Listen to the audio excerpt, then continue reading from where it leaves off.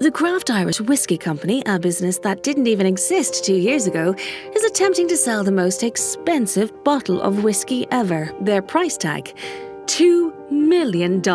People are going to speak of the world's most expensive whiskey being Irish 100 years from now. Who are the Craft Irish Whiskey Company? Well, I'm telling you now, they've won every award you can win. They've come out of nowhere and challenged the big boys. Now they're beating them. Our mission as a company is to put Irish whiskey back atop of the hierarchy where it once sat, to be the most ultra-luxury whiskey on the planet, bar none. When people think about whiskey nowadays, they think about Scotch. I always thought to myself, why? If you were around in the 1800s, you were drinking any type of whiskey, that was Irish whiskey back then. So anywhere in the world, if there was 10 bottles of whiskey sold and drunk, like 8.4 of them were Irish whiskey. That's how big Irish whiskey was. We went from dominating the world with great whiskey to a 99% drop in market share. So you're talking going from over 12.5 million cases of whiskey to less than 100,000. It's sad to see that Irish whiskey wasn't that luxury level anymore. And for me, that was something that had to change. Our story brings together the mastery of our ancestors with the most modern of techniques. It's knowledge passed down between generations, lessons learned and relearned between families. But what really makes Ireland the most perfect place on earth to make a whiskey is the climate that we have. What you have is you have this warm current that's coming up from the Caribbean that brings with it some of this humidity and rain, which adds over time a certain amount of water into the barrel as the whiskey comes in and out. And then when you take a slightly warmer climate with the humidity levels that we have, we can mature a whiskey in 12 years, whereas the same whiskey might take 18 years up in Scotland. So the barley that we grow, the amount of rain that we get a year, the levels of humidity, where it sits geographically in the world, that's what makes it perfect. We're taking a sample of that. That is superb.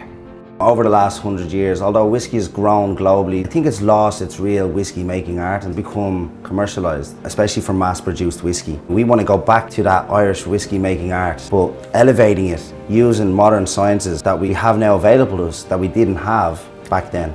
The way we do it at Craft Irish Whiskey Company is the way it would have been done, over 100 years ago. The way the forefathers would have done it, with single malts and single pot stills, using multiple casking techniques, different styles of wood.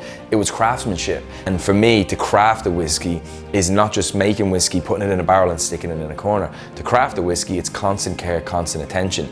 Really, that whiskey is a living, breathing product. Age has nothing to do with it, it's what's the craftsmanship of what's happening within the barrel. The majority of the flavour in a bottle of whiskey, in a glass of whiskey, is actually from the wood. So understand the constituents, the volatile congeners, the phenol compounds. Phenol compounds like vanillin, guaiacol, eugenol, are the different flavours that you get, the sweetness, the smoothness, the bitterness, all the things that you get in that glass of whiskey. Most of it's coming from that wood. So this is the exact same whiskey, right, as this. They both went in on the exact same day into the exact same size barrel, but that barrel previously had Pedro Jimenez sherry, and this one held Oloroso sherry. And you have a look at the difference in the colors. Exact same whiskey, exact same age, in the exact same size maturation barrel, but different type spirits that sat in it before. And there's, again, the point. There's so many pieces that come into play when you're crafting a whiskey. So I use different size barrels depending on the style of whiskey. The smaller the barrel you use, the more flavour you get, but also the more evaporation. Underfilling barrels, because leaving headspace in a barrel, which is oxygen, that creates the ability to mature whiskey even more. That's what rounds out the whiskey. That's what gives it the smoothness that people tend to talk about with whiskey. You need that. Then what's really important is to add the water in at the beginning. What happens is the whiskey and the wood marry and create something beautiful over time, this alchemy. And what I don't believe in is then just watering that down and putting it into a bottle. You've diluted all those amazing flavors, the viscosity levels of the whiskey, everything that comes into it, the oily mouthfeel, it's all gone. I think the reason why other people don't do it is just because it's far more expensive. But to me, it's not about money. To me, it's about how do you make the perfect whiskey. That's the nicest whiskey I've ever had.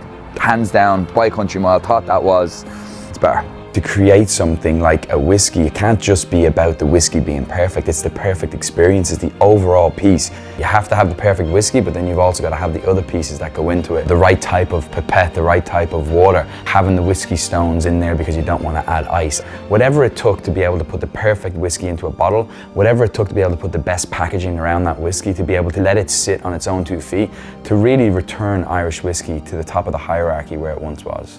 receiving international recognition, breaking world records, and selling out of our inaugural release in record time. We deliver ultra-rare whiskies of incomparable luxury. Triple barreled, triple distilled, 30 years old.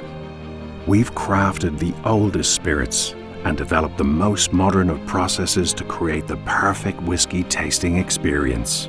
A unique, time-defying culmination and celebration of history, taste, and design. The Emerald Isle is sold for more money than any other whiskey in the history of whiskey. I can't wait to see what happens 10 years from now, where we're going to be, the products we're going to be producing. If we can put our mark on the world already as one of the world's top luxury whiskey companies within 6 months, 7 months, what are we going to be like after 7 months, 7 years?